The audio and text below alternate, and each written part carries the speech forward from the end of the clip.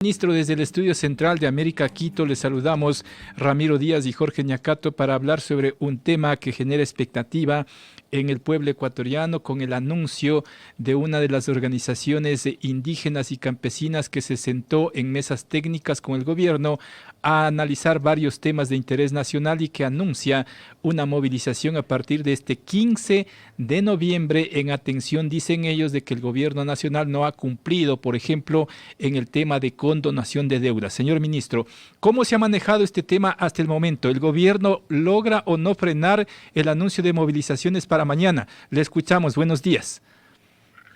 ¿Cómo está? Buenos días. Efectivamente, hemos tenido la información de que quieren hacer, no está claro si quieren hacer una movilización o una celebración o una conmemoración, porque lo están relacionando con la masacre obrera que tuvo lugar en noviembre del 2022, si no me equivoco. Por lo tanto, habrá que establecer cuál es el formato que le quieren dar. Lo que sí está claro es que el gobierno ha cumplido con todos y cada uno de sus compromisos en las mesas de diálogo. Estas no son cosas que se pueden hacer de la noche a la mañana, y en el tema de la condonación de las deudas hasta $10.000 está previsto inclusive la emisión de un decreto que se está terminando de elaborar porque tiene una serie de connotaciones técnicas y significa una serie de provisiones y decisiones que hay que tomar, y seguramente se estará adoptando en el transcurso de la semana. Lo que está claro es que el gobierno ha refrendado su condición de cumplir con todos y cada uno de los 218 acuerdos de las mesas de diálogo, y lo vamos a hacer. Esperamos así también que las organizaciones sociales pues tengan claridad sobre estos aspectos y no incidan en la inestabilidad ciudadana, porque al fin y al cabo no hay ninguna razón para eso. Señor ministro, usted dice que está en camino, en construcción, el decreto ejecutivo que permitirá cumplir con la condonación de deudas. La precisión es conforme el pedido de la FENOCIN, que no sean hasta 3.000, sino hasta $10.000. Sí, no nos olvidemos que hay una ley de alivio humanitario, que es la ley COVID, por decirlo así, que ya establece ese parámetro entre 3 y 10.000. Eso fue también incluido dentro de las mesas de diálogo con la misma referencia, pero no se puede implementar esto de la noche a la mañana sin hacer las debidas provisiones y cuantificaciones. Por lo tanto, tiene que haber un cumplimiento, por decirlo así, escalonado. Y es en función de ese cronograma, de ese criterio y de esos plazos que se está estableciendo el decreto, porque si de la noche a la mañana lo sacamos con una posibilidad abierta de que se produzca hasta los $10.000, pues puede ser que existan consecuencias de iliquidez para la institución, cosa que tenemos que evitar. Aquí lo que hay que entender es que cuando se trata de estos montos, pues uno tiene que establecer con claridad de qué manera se van a venir ejecutando y cuáles son las provisiones que se tienen que llevar a cabo para que esto se haga de manera consistente y, por supuesto, para beneficio de quienes más lo requieren. Señor ministro, hay ciertos analistas que consideran que el gobierno nacional se ha dejado imponer en ciertos temas por parte de la dirigencia indígena. No sé si esto lo manejan ustedes de esa forma o son más cautos. No, nosotros estamos dando pasos históricos hacia la consolidación de un nuevo modelo de gestión y de decisión. Nunca antes los poderes públicos se habían sentado directamente con las organizaciones sociales a decidir sobre diferentes temas de la unidad nacional y diferentes temas de solución del país. Pero todo esto tiene un engranaje, porque tiene que llevarse a cabo de forma razonable y razonada. Ninguna de las cosas que se han decidido en las diferentes mesas de acuerdo está fuera del plan de creación de oportunidades que fue presentado por el gobierno para tener vigencia del 21 al 25. Ningún tema es arbitrario, ningún tema está fuera de lo que establece la ley. Simplemente es una forma de mirar o de tener una mirada más aguda en los problemas del país y buscar una forma más directa de solucionarlos. Y creo que dentro de ese esquema es perfectamente legítimo y además histórico el proceso que se ha venido siguiendo con las organizaciones sociales, y nosotros lo vamos a impulsar. Estamos comprometidos a ejecutarlo, lo estamos haciendo con seriedad. Para eso se han involucrado también los ministros de las diferentes carteras, y yo creo que va a ser un programa altamente exitoso, y no solamente en beneficio de las organizaciones sociales, sino de 18 millones de ecuatorianos. Señor ministro, pero ¿por qué tuvimos que llegar a una paralización de 18 días y sentarnos a dialogar en unas mesas técnicas y llegar a acuerdos cuando pudimos evitar pérdidas económicas, ministro? Bueno, todos somos generales después de la guerra y hay problemas que son consecuencia de malos manejos no solo durante los últimos 15 años, sino probablemente durante los últimos 60 o 70 años. Pseudo procesos de desarrollo que se llevaron a cabo a espaldas de las grandes mayorías, y las cosas no pueden ser arregladas en unos pocos meses. Sin embargo, las crisis también son oportunidades que deben ser aprovechadas para replantear las cosas. Yo creo que, de alguna manera, el gobierno, que recibió un país con un déficit millonario de 7.000 millones, con dinero en caja que no permitía ni siquiera pagar sueldos porque apenas había 100 millones en caja que no servían prácticamente para nada, con un proceso de vacunación absolutamente fracasado y una pandemia que todavía se cebaba sobre el país, con una serie de problemas estructurales como el de la inseguridad, ha venido afrontando todos estos temas, y hoy por hoy apenas tenemos un déficit de 2.000 millones, poco menos de 2.000 millones. Hoy se ha venido recuperando una serie de deudas y pagando deudas históricas como la del IES, como la de las instituciones públicas, como la de los GATS. Se ha venido invirtiendo también en programas sociales que hoy ascienden en el último año a 13.000 millones de dólares. Y también dentro de ese mismo esquema se ha venido atendiendo necesidades tan represadas en los sectores públicos. Por lo tanto, todo es un proceso.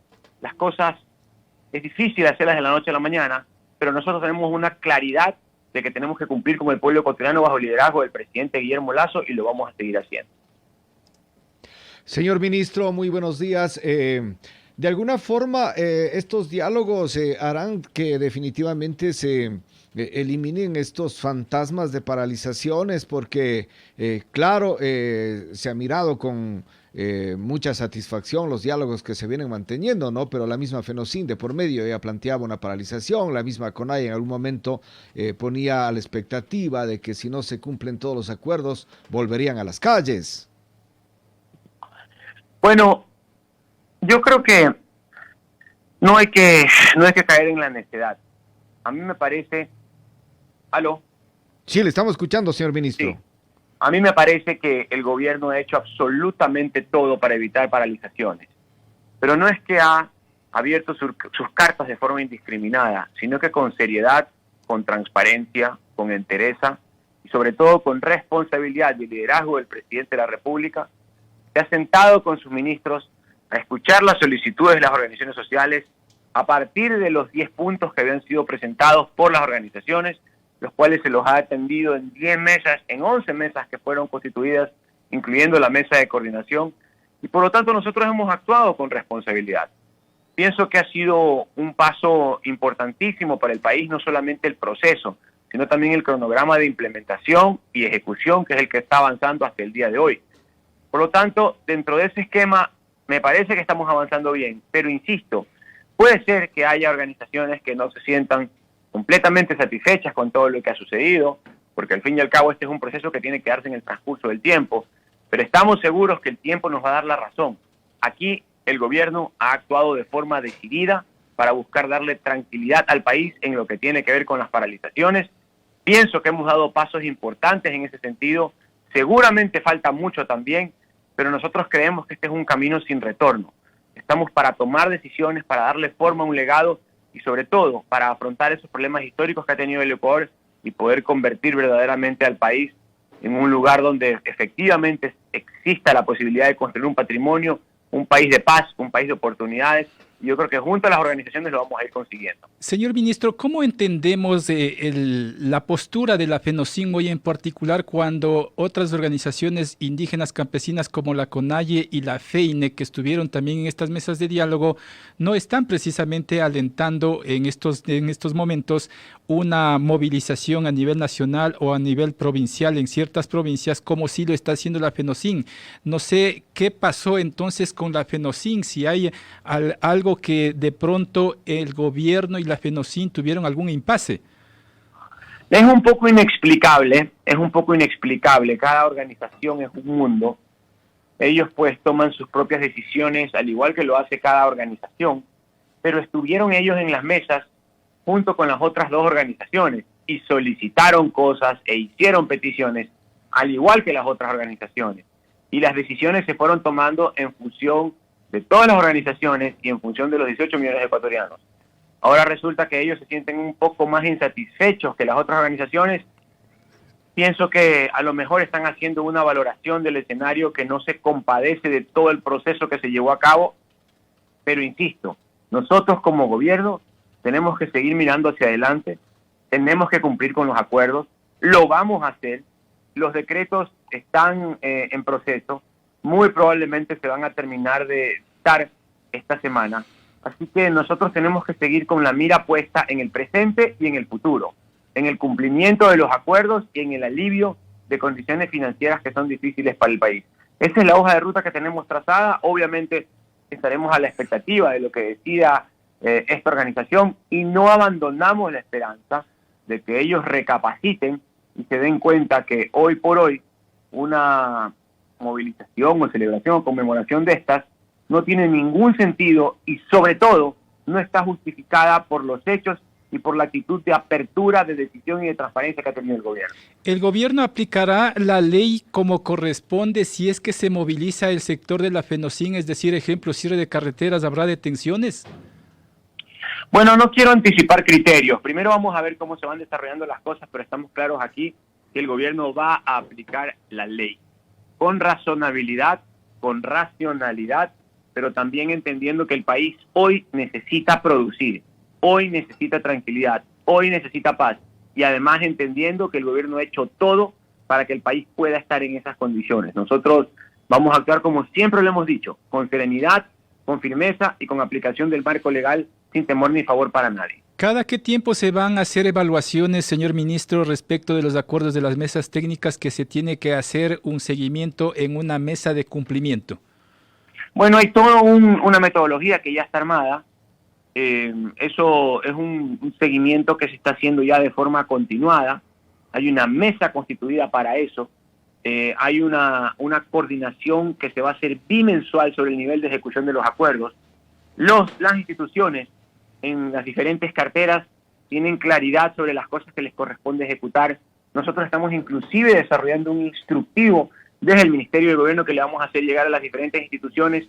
Así que existe todo un cronograma, una metodología, una medición de cumplimiento y además una semaforización que nos va a permitir establecer con claridad en qué se está avanzando y qué es lo que está rezagado. Pero insisto, nosotros tenemos ya una forma de implementar los acuerdos y seguramente vamos a tener una primera evaluación en unas semanas más. Señor ministro, cuando se mantuvieron los diálogos, se establecieron fechas y en base a eso se fue trabajando en las diferentes mesas. Hoy, cuando se está hablando de cómo implementar estos acuerdos, se han planteado también de fechas topes para irlos ya poniendo en ejecución.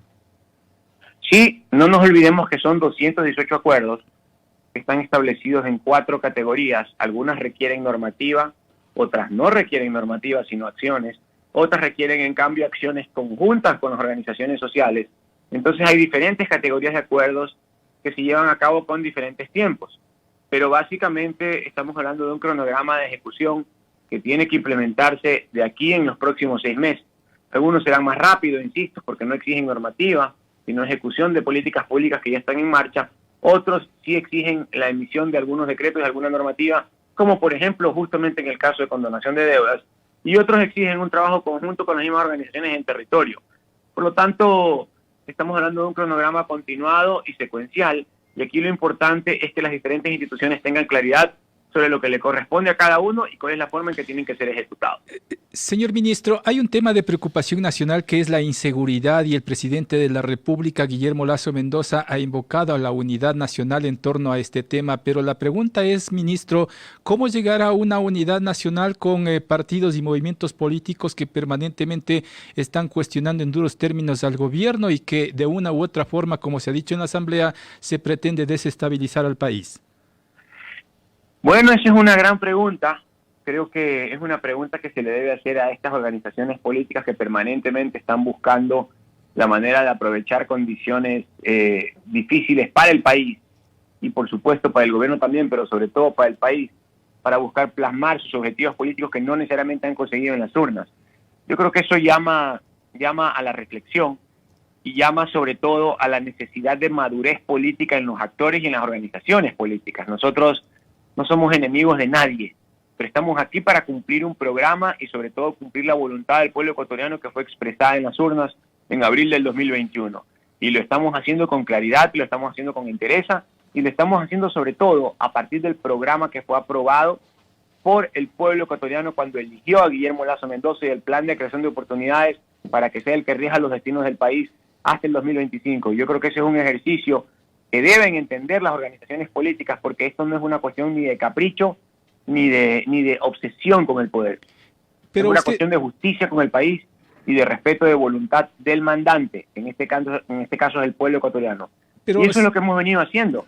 Este año ha sido un año difícil para el gobierno, muy complicado para nosotros como gobierno, porque hemos tenido que soportar una serie de intentos de desestabilización, de cuestionamiento al presidente, inclusive intentos de destitución, que ninguno ha prosperado, porque la justicia está de nuestro lado y porque la corrección de procedimientos está de nuestro lado también.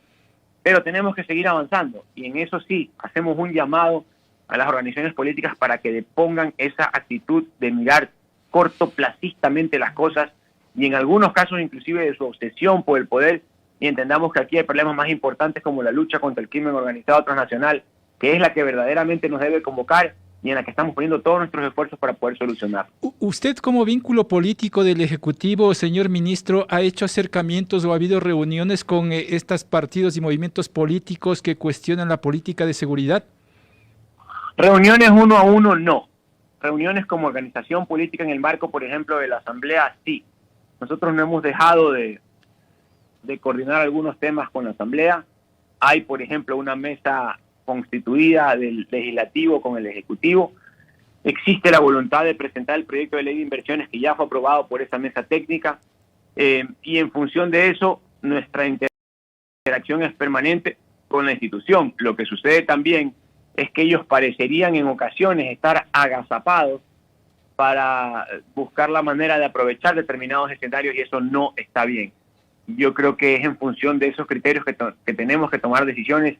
Hay también una consulta popular que ya está en marcha, que está avanzando bien, que estoy seguro le va a aportar claridad al conjunto del sistema institucional, así que esperamos que las cosas mejoren de aquí a los meses venideros, pero yo sí quiero insistir en que el gobierno está aquí no para buscar la manera de llevar a cabo uno que otro capricho, sino para gobernar con decisión, para gobernar con claridad, para gobernar con transparencia, para gobernar con firmeza también, y sobre todo para hacer cumplir la voluntad manifestada en las urnas en abril del 2021. ¿El gobierno identifica al denominado correísmo como desestabilizador?